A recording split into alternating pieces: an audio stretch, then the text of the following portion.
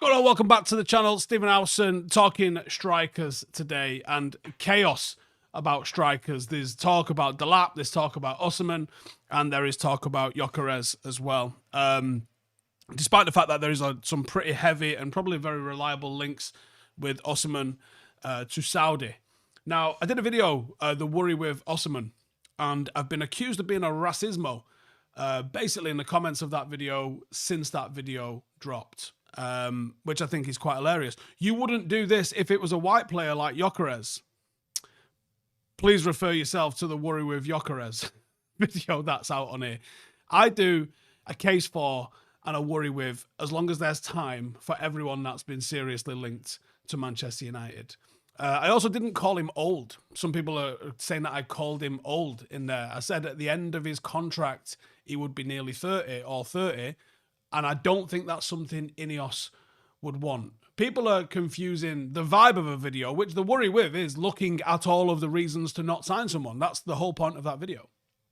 They're confusing the vibe of that in particular video with the case of, you know, what I want to actually happen. Now, I would love Osimhen at United, but I am aware of the realities of the situation when it comes to his wages.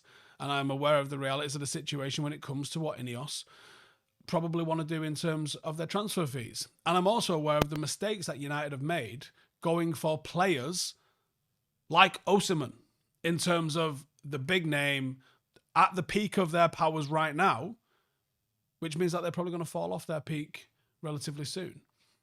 And why would that be different with Gyökeres, who is older? Well, the fact that the manager knows him is a feather in his cap, and the fact that we know he can play in England is also a feather in his cap. And I don't think he'd be on anywhere near the same in terms of wages. It's got nothing to do with the ethnicity or nationality of the player at all. And someone was saying, like, if it was Dibbling for 100 million is good value. Well, for starters, I never said Dibbling for 100 million was good value. I said Dibbling's a United player, but at 100 million, he's not. Also, I don't think United are going to spend 100 million on any single individual this summer. I've said for weeks and months,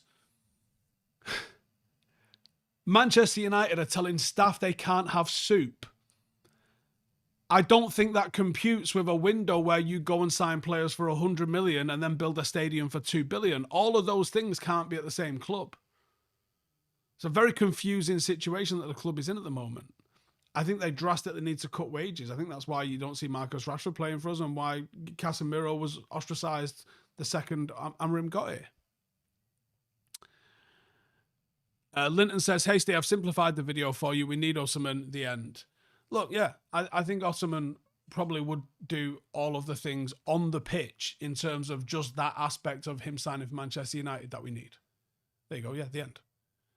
But there is more to it than that. Again, a lot of people mentioning Jonathan David.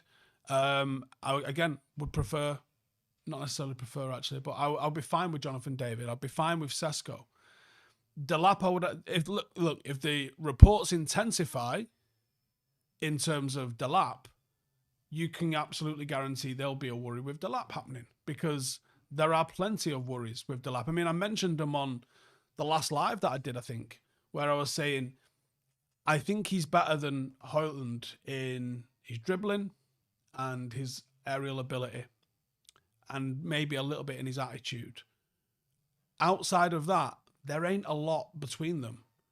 And if you was going to spend 40, 50 million on someone, you would want more than not really a lot between the guy that's already not doing the fucking job for you, wouldn't you? You would want a significant upgrade, like an Osimhen. But then all of the other factors. I'm only trying to frame who I think United will sign by the rules that Ineos have basically told us. You know, they want players on their first or second contract. They want players with a resale value. They don't want to be spending money on those over 25, which includes Gyökeres. You know, I'm only trying to give my opinion based on the rules of the game that they are telling us. Now, they might break their own rules, but I can't sit here and say, look, United are just going to sign this guy and that guy when all of those things are counter to the rules that Ineos have told us, or that United are going to spend 100 million on 4 individual players. 100 million each on 4 individual players. Yeah, we're going to get £100 million centre half, so don't worry about that. We're going to get £100 million midfielder, don't worry about that. We're going to get £100 million number 10, £100 million striker, because I'll tell you what, I absolutely believe that's what we require. But I couldn't, in good faith, sit here and tell you that's what I think will happen, because I don't think we've got 400 fucking million. Nor do I actually know who those 4 £100 million players would be, possibly outside of the centre half. And we'll be going to Benfica for that, if you're catching my drift. Abner says, to keep things simple, I prefer we offer Osimhen a reasonable offer, and if he wants an unreasonable offer, we should move on to the younger option. I was in Liverpool yesterday doing a podcast, which probably be a few weeks before it's out. Not really a football podcast either. It was with a veteran Everton fan, and I was chatting to him as we was walking back towards the train station, and I think what we were talking about is probably worth repeating on here. And I said, at the moment, reputations are real, right? And I think they are. Dortmund's reputation is they sign young players and turn them into superstars and sell them for a lot of money. That is a reputation. It's probably well founded. Spurs have got a reputation of Daniel Levy's going to bend you over a barrel and stick it in you when you ring them up and ask for any sort of transfer from Spurs. Manchester United's reputation is they will sell you international academy prospects for a bag of nuts, and if they try and sign your player, it's going to be £100 million regardless of if he's made even 20 appearances for your first team. Those reputations exist. Manchester United would do well to play the PR game this summer, in my opinion.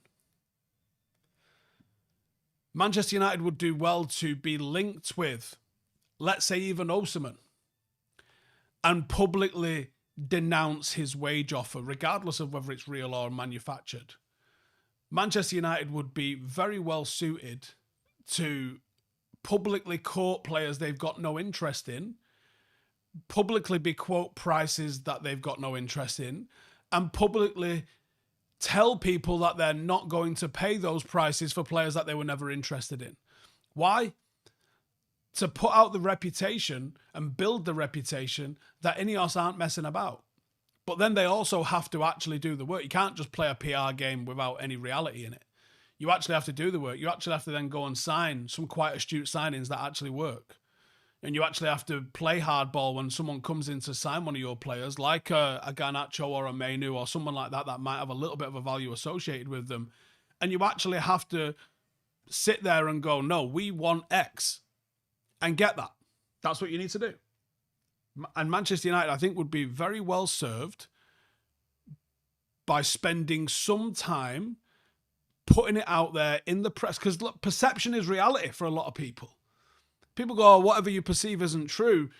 The truth matters. The truth does always matter, right? There's a lot of fucking liars in this world. But perception is reality for a lot of people. Change the perception, you change the reality. And the perception changing could literally save you 10, 20, 30, 40, 50 fucking million a summer. That's real money on the basis of perception. United need to do that. Notch says turning around those reputations can take a long time, which is partly why I keep saying it's going to take years. Yeah. Mahad says signing Euro might have done something, or must have done something. No one expected that.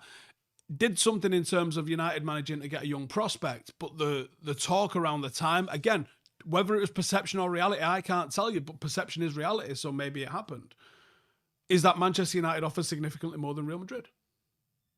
That's a reputation that Manchester United need to change. And whether that means that they lie, if it was the case, United did nothing to combat that being a reality. United should have just put it out there through the Athletic, through Lorient, through Henry Winter and people like that, and just lie and just say, here's what happened. Because when Manchester United brief the press, they're kind of obligated to report what Manchester United are telling them, whether it's fact or reality. If they can't find out the truth, then they just have to report what they've been told. Melchert says exactly, Steve, it also gives negotiation power. Personally, I don't even think we're in for Delap, actually. Maybe not.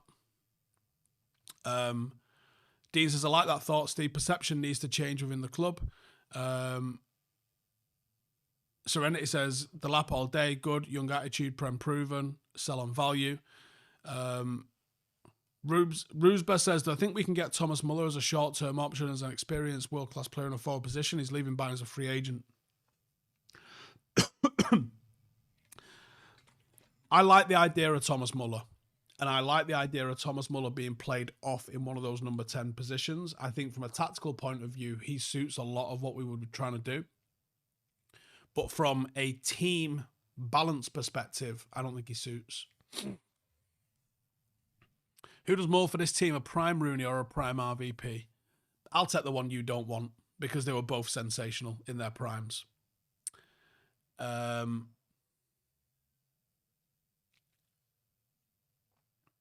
says we have the chance now to adjust the perception of the market and come out as better negotiators. Yeah.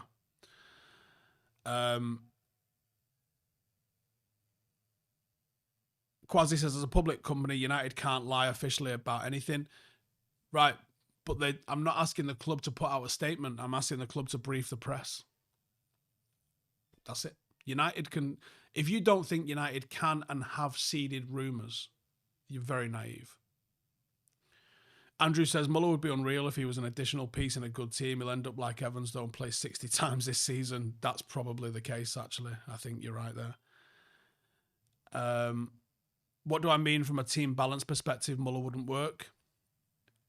Going back to what I said about Osimhen at the start of the show,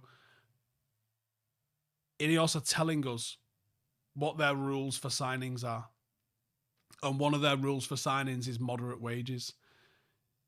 Do you honestly believe Thomas Muller would come to Manchester on moderate wages? I can't ever imagine that being the case. Andrew says, we can't afford another gamble on an unproven young striker. He's only had one full season of first-team football. I think we should activate the release clause for Cunha, £62 million.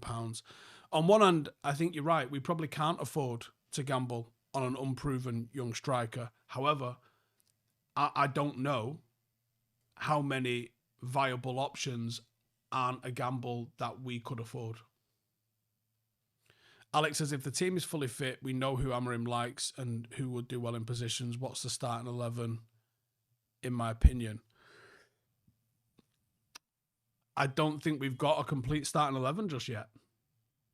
I personally, with what we've got, I wouldn't mind seeing Mazraoui played alongside Ugarte in the 6.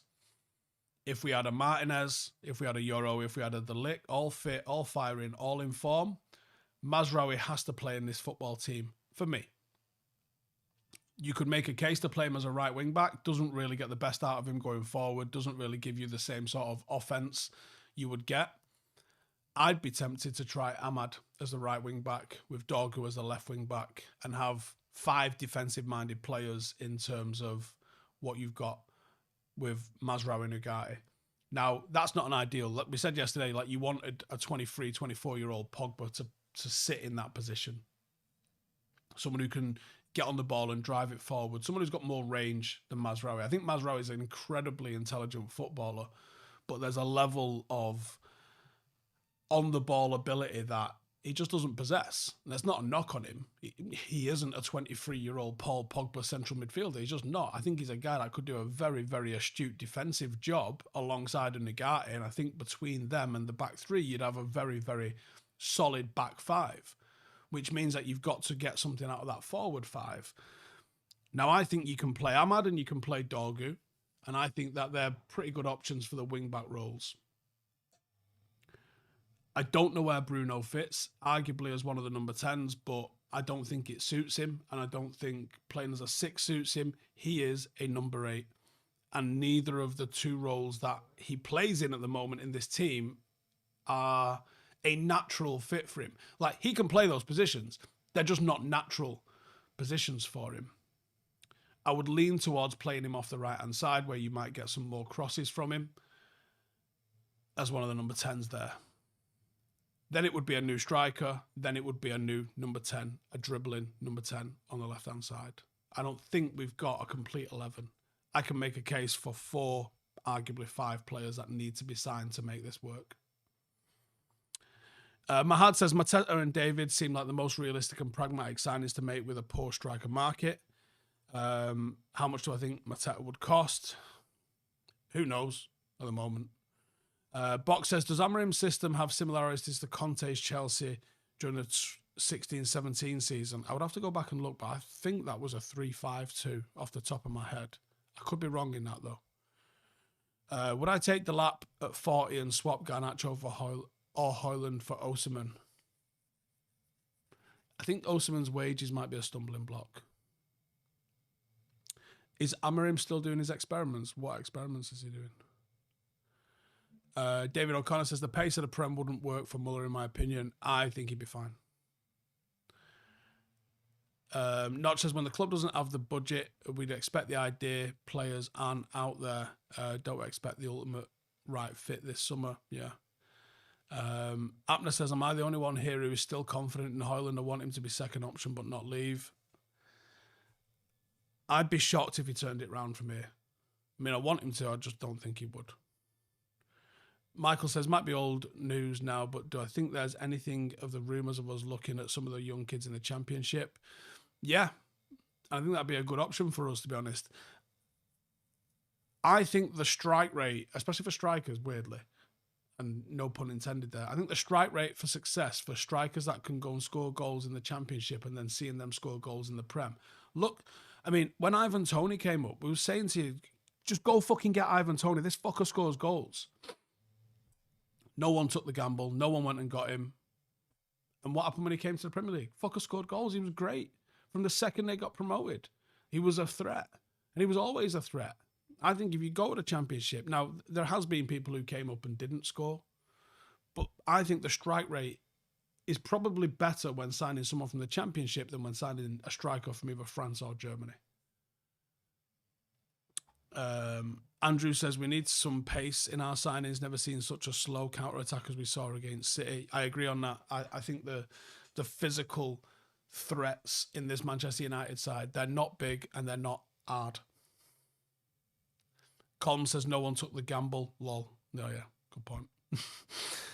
AJ says David, Muller, Pogba all on a free 1-year rolling contracts for Pogba and Muller like Fergie used to do. If the players would go for that, you could also throw Angel Gomez into that. And if you bought all of those players, you've absolutely retooled the squad. Linton says, my dream window, and please don't wake me up. So he knows it's mental, but I'm here for that sometimes. Frimpong, Cunha. Sorry, just lost that. Where's that going? Frimpong, Cunha, Zubimendi, and Osimhen. If you could get that, you've just put in a fucking rate side going forward. That could turn Manchester United from 13th to 3rd. I don't think it's enough on its own just to see you challenge for a title, but I think it absolutely goes for a Champions League place for sure. For sure.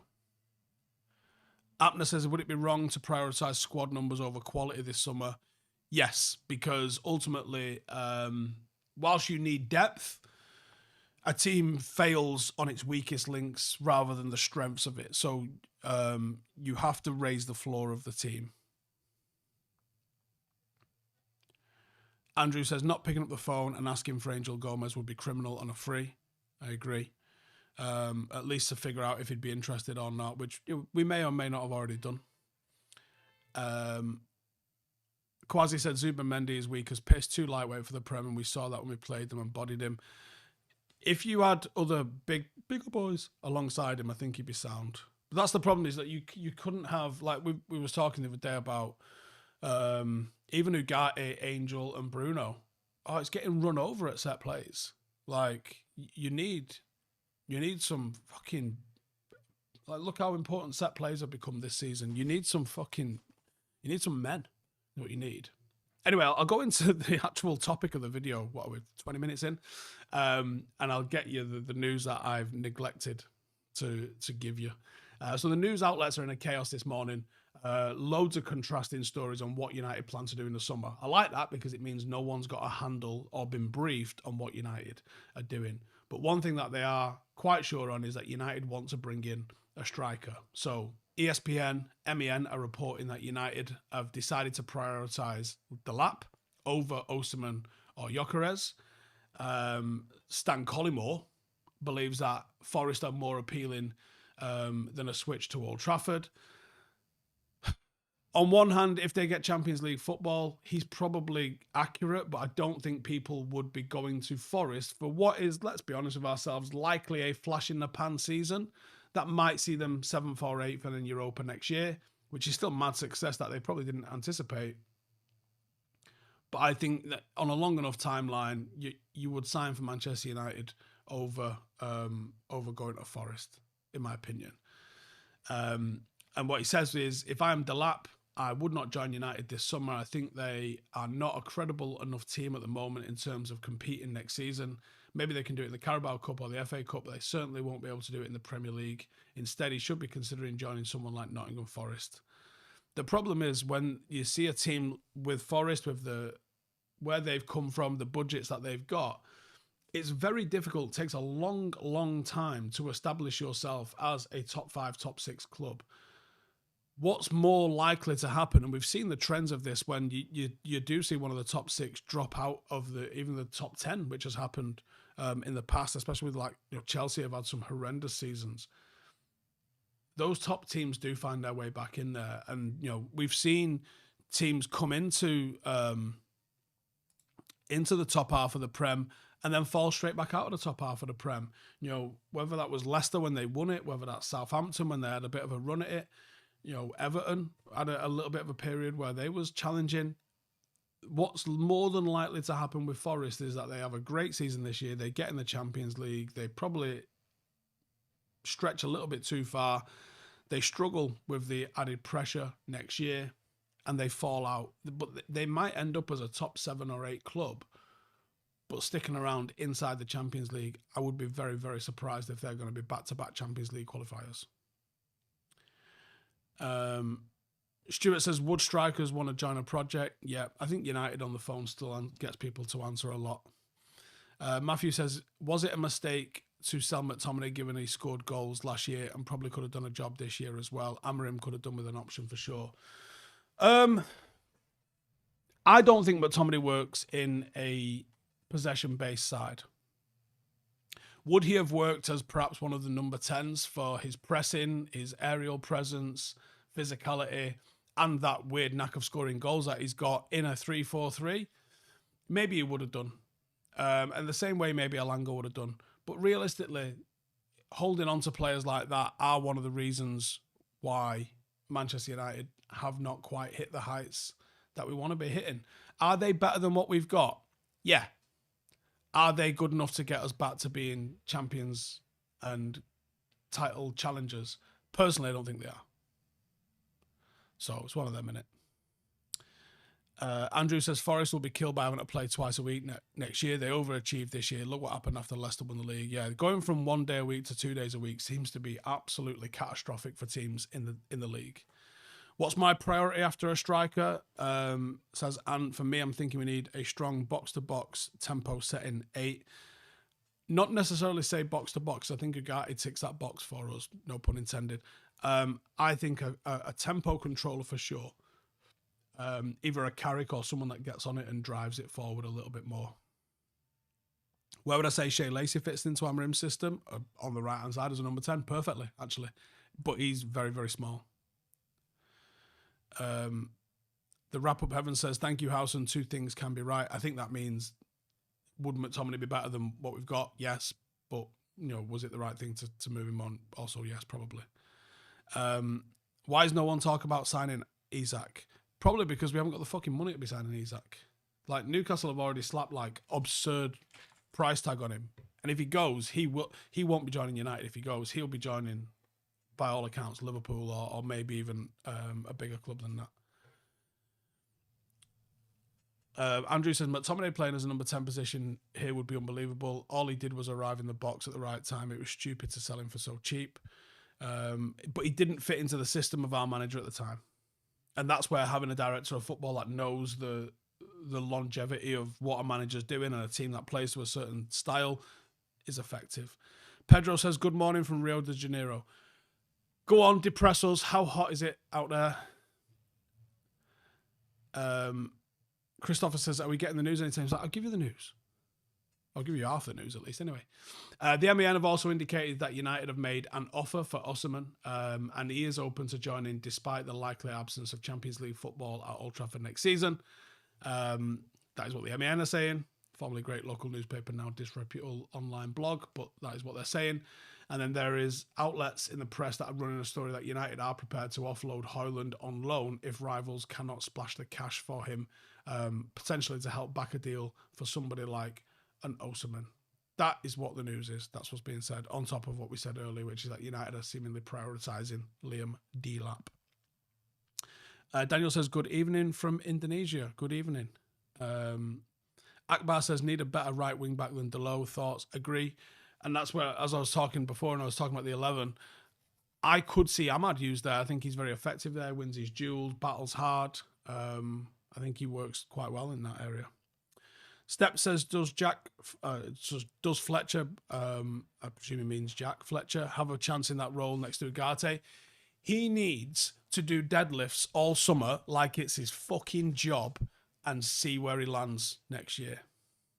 Because he's a little bit on the slight side. If he could turn into a fucking unit over the summer, just protein shakes, deadlifts, and Metallica on between now and September, maybe he's got a chance.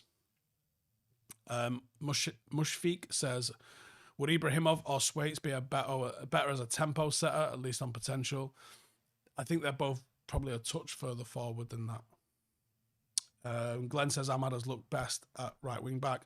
I believe that too. I don't mind. I think he plays well individually as the right side 10. I think the team plays better when he's the right wing back, my opinion.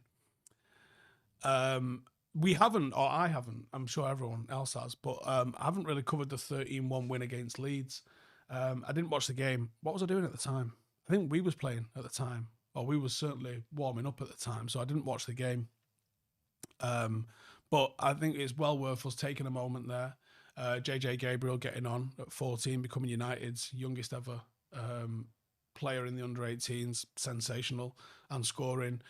I don't know, were United that good, or if Leeds were that bad. Like I said, I didn't watch the game. I've only seen what happened afterwards, and everyone was talking about it. But yeah, it's one of them, innit? And Dry says, good morning from Canada. What do I think of Baleba? I haven't seen enough of him to have a genuine finger, but he's a name that seems to be getting slung around a lot, so we could probably have a look at it. Barbatov, very close, says, good man, Steve, appreciate your work. Thank you, our kid. Leeds were awful, but Musa was on fire, says Knights. Andrew says, deadlifts all summer like it's job. It's literally his job. Always been surprised how slow football is for bulking players up in comparison to other sports. I agree. I do agree, actually. And you're right. I think a lot of footballers would kind of balk at the idea of doing that, but a lot of American sports would be like, yeah, we're just going to go fucking turbo and do deadlifts all summer. Jerry says, disappointment treatment of Foden. Get a fucking grip and grow up. He reacted. It was always going to happen like that. If you think that was disappointing, I'd love to know what your thoughts of David Beckham were back in 1999. Is it true Rio is leaving TNT and going to the US? I don't fucking know. Jamie says, one player I really rate from the academy is James Scanlon. I like what he does a lot. I think there's a lot of very, very talented players in the academy. The unknown is how they go from under 18s prospects to first team talent. Can we touch on the improvements we've made? They might be incremental, but I am seeing something to be happy with. We are getting a little bit better defensively, but it comes on the back of having a back five. I think our playing out is fucking atrocious. But we do seem a little bit more adept at holding possession, maybe in the middle third. It's one of them, innit? Who do I think is the best player in under 18s? I don't fucking know. It can change on a weekly basis at the moment. I think there's a lot of players who've got a chance, and that's all you can say. Frank says bulking up killed Lukaku, but it wasn't bulking up, was it? By all accounts, it was fucking pastries, which isn't bulking up. Bulking up with muscle is not the same as bulking up with fucking Ben and Jerry's. Why do some academy players struggle so much to transition from the academy to men's football so much? Right, well, I got a lot of thoughts on this in actual fact. Men's football to academy football is a mindset shift that a lot of people just aren't prepared for. I really don't think people understand how much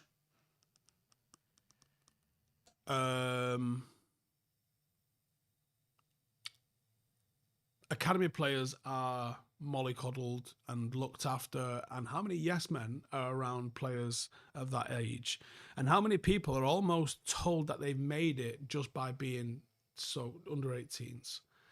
It has to come from a real fucking internal desire from that player, probably to want to be the best in the world. If you have the idea of making it, getting a Manchester United contract, you're probably not going to get a Manchester United contract. If you have the idea of, I want to play in the fucking Premier League for Manchester United, you might play in the Premier League, but probably not for Manchester United. If you have the idea that you want to be the best academy player that this club has ever produced, you probably won't be the best academy player that this club has ever produced, but you might be an academy player that the club has produced, and you might go on and make 50 games for the first team. You have to set the standard so much higher. Like, if you want to win a gold medal, you don't set your times as what the current bronze medal would get. And you don't set your times as what the current gold medal would be. If you want to win gold, I think you have to go out and set world records in your head. You have to think that that's how hard you're going to compete. You have to, because you can't account for the progress everybody else is making. You can't just say, I'd like to be the fastest person on your street. You can't just think about being the fastest person on your street. You have to go out and think about being the fastest person in Manchester to have a shot at being the fastest person on your street. You have to overcook it. So if you're an academy player at Manchester United now, don't think about making a debut for the first team, because you probably miss that goal and you land just under it, which is, you might make a debut for Bournemouth in the Premier League. But if you have that mindset, almost like Cristiano Ronaldo, he's weird because he actually achieved it, where you go, I don't want to be the best player in the world. I want to be the best player fucking ever. You might have to have that mentality. If you got the mentality of like, I'm going to be the best United player ever, you might go and make the first team for Manchester United and play 100 games. That's how much the disconnect is. And I think there's too many people that are settling for, I'm playing under 18s football at United, I've made it. You haven't fucking made nothing. You are a rookie until you've played 100 games for this football club. So if you want to play 100 games for this football club, you need to come out here thinking that you're the best academy player this football club's ever had, and put the work in that goes with that.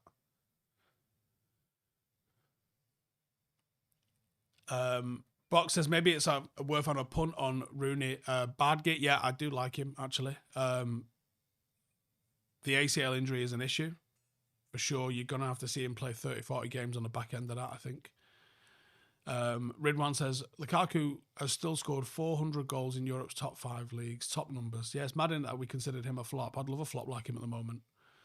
Abner says, do I think United's present academy is doing well enough to keep players grounded and counter the wrong influence of agents and others? No.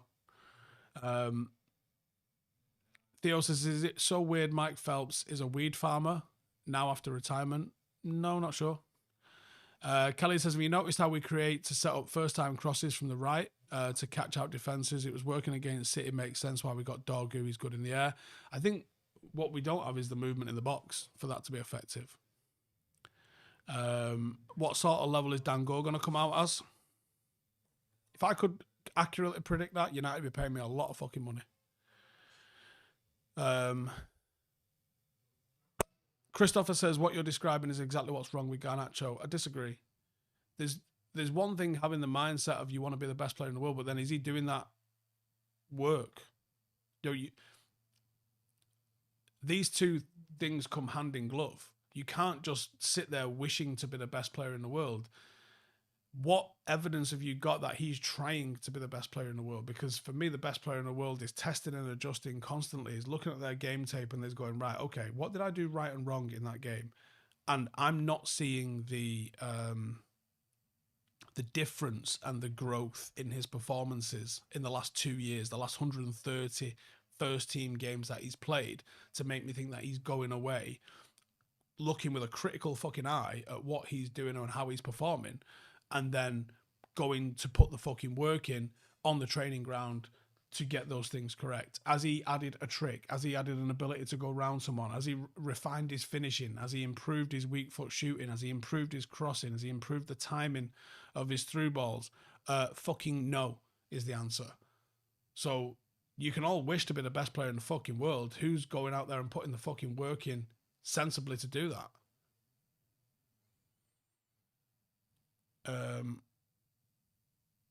Answers, you'll never be the best at anything if you cannot listen, assimilate knowledge, and expand that growth into knowledge. Correct. Imagine Euro built like a Dharma Traore.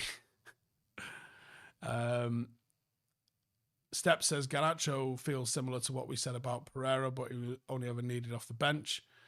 Box says, do I think the Premier League should make changes to VAR to have a similar system to NRL and their bunker system with the head of referees and the media every Monday? I only saw the highlights of that Liverpool game, but the highlights that I saw, Liverpool just getting away with absolute criminal fucking fouls again. Why? Abner says, do I think the results of the work players will put might take time? Yes. And are we giving players enough time? No. Andrew says, Garnacho wants to be the best player in the world for attention and reputation. Ronaldo wanted to be the best in the world because he actually wanted to be the best. The attention came after. Yeah. And I'm not sure Cristiano Ronaldo courts attention. I think Beckham courted attention, but it never took away from his game. I don't think Messi courts the attention. I don't think he's as nice as people like to let on, though. And I don't think Ronaldo necessarily courts the attention. I think he likes to be seen as the best in the world, but I don't think he like craves the attention. Like, he's not out at parties. He's not out being seen the way some people are. So, yeah, it's one of them, innit? AJ Wright says, I've heard people saying that Garnacho is better than Nani was. No chance. Fucking no chance. Andrew says Ronaldo's pretty private, actually. Yeah, he is. What do you see him posting? What he posts is what he values. He posts his family, and he posts him shirtless. So he's probably quite vain in that sense, in terms of that. He's proud of the physique that he's sculpted. But he's putting the fucking work in. He's putting the hours in. Ross says, the strength training in football idea is an interesting one. Do I think that it's sacrificed due to the need for cardio fitness? Endurance is often the enemy of big-time muscle growth. You're confusing strength with hypertrophy, though. You don't look at Olympic weightlifting outside of the very, very like massive weights. When you're seeing people at 8, 9, 10 stone, they're lifting incredible amounts of weight, but they're extremely lean. It's only the very, very big ones that are lifting like the outrageous, like the power lifter, like the world's strongest man types. Olympic weightlifters are quite wiry, very well built, obviously, but they're extremely lean. You can add strength without hypertrophy. You can get strong without adding bulk and size. You know, there's an element of requirement of both in football. You need to be physically imposing and you need to be strong. And you have to be able to, like, rugby league's a great example of this one. You need to be, I need to read that comment out. You need to be, rugby league's a great one. You need to be incredibly strong, but the force you're able to elicit on another human being because of the size and the mass that you are matters. And it still matters in football. Football is just still a contact sport, and it still matters. It's an advantage. It's not the be all and end all, but it is an advantage. And I think that football requires you to do a little bit of both. You've got to put a little bit of size on, but you absolutely have to be strong. And I think being strong allows you to facilitate that incredible cardio that you're doing. You've got to be strong. You've got to be flexible. You've got to have brilliant SAQ, speed, agility, and quickness. You've got to have resilience to injury, and you've got to be explosive. All of those things matter. All of those things matter. Garnacho is Januzaj 2.0. I don't think he's as good as a technical footballer as Adnan Yanazai. Ant says, there's a video of a rock climber that's never lifted in his life going rep for rep with Larry Wheels. Yeah, for those who don't know, Larry Wheels is just this fucking absolute unit. Like, an obscene amount of muscle to him. Probably weighs, 20, 22 stone. And a rock climber that probably weighs 11 tops, I would think. So the comment that said, I need to read this comment out, saying, I've heard people say Garnacho was better than Giggs at 20. Is there a more disrespected footballer than Ryan Giggs?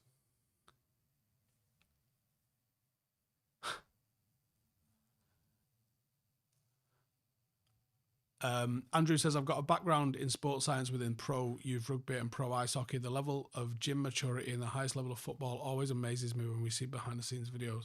Totally agree.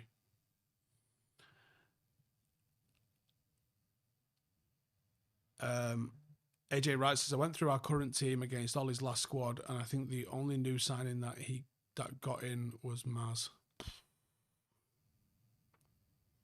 Knight says, juiced off his head though. Yeah, of course he is. Of course he is.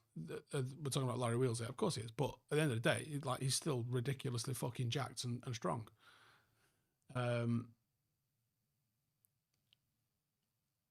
Toby says, evening Steve from Australia. I get up at 1 a.m. yesterday morning to watch the derby. Fuck no. I don't think it was that bad, you know. Does United currently have a shooting or finishing coach? I'm not aware of one. They may well do, but I'm not aware of one. Ross says Andy Cole doesn't get a lot of credit. He doesn't get enough credit, no, for sure. But like I keep saying, the fact that it's not called the Ryan Giggs Hall of Fame is hilarious. It's hilarious. And you can go, oh, off-field stuff, cool, right? Stephen Gerrard's in there. With the zero tolerance to racism, John Terry's in there. Interesting. AJ Wright says, did I ever look into DDP yoga when I was doing my journey? It has helped many vets and retired athletes with mobility. No, I went knees over toes guy for specifics. So I think a lot of people get DDP yoga because of back and neck injuries. Forgive me if I'm wrong on that. I think for what I needed, the knees over toes stuff was better.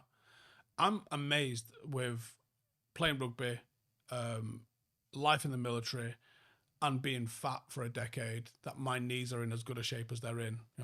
Touch wood, they are. I've never had any major dramas with my knees, but I do try and look after my knees. The only dramas I have is like kneeling down on a wooden floor, which I guess, at 40 is always going to kind of sting a little bit getting up. No, it's my ankles, my Achilles, my calves. That's what I've sort of had to figure out. DDP as in DDP from WWE. I think it's the same fella. Yeah. Toby says, Giggs is a seriously strange bloke. As a footballer, seriously disrespected, as you say, consistently great for 20 years. Ridiculous, yeah. Ridiculous. Ant says, you only have to watch the CrossFit Games to see that size really isn't everything. Functional strength is different. Yeah, the CrossFit Games, though, they are fucking jacked. Everyone in the CrossFit Games is pretty fucking jacked. I mean, they're leaner than bodybuilders for sure, and leaner than rugby league players for sure, but they're fucking jacked. Martin says Andy Cole was major for United, and I mean major. I agree. Ethan says we're able to sell an exciting project to players now. Before, like, it felt a case of that we were going to be shit, but we'll pay you loads. That might have actually been how we fucking sat there, Righty, I'm going to wrap it up, but cheers everyone for tuning in. Enjoy your day. I'll catch you in the next one. Laters. Hey, thank you for watching the video. If you are new around these parts, then don't forget to subscribe. My channel is proudly supported by my community on Patreon. If you'd like to get a little bit of extra content, a Discord group, meetups, five-a-side games, weekly podcasts, behind the scenes, and even an occasional bit of transfer news as and when I get it, then for the price of a pint, you can show your appreciation for the content that we make and get some goodies for doing so as well. Check the link in the description or click the button right here. You'll also find all of my socials here too if you want to follow me on any of those platforms. Nice one.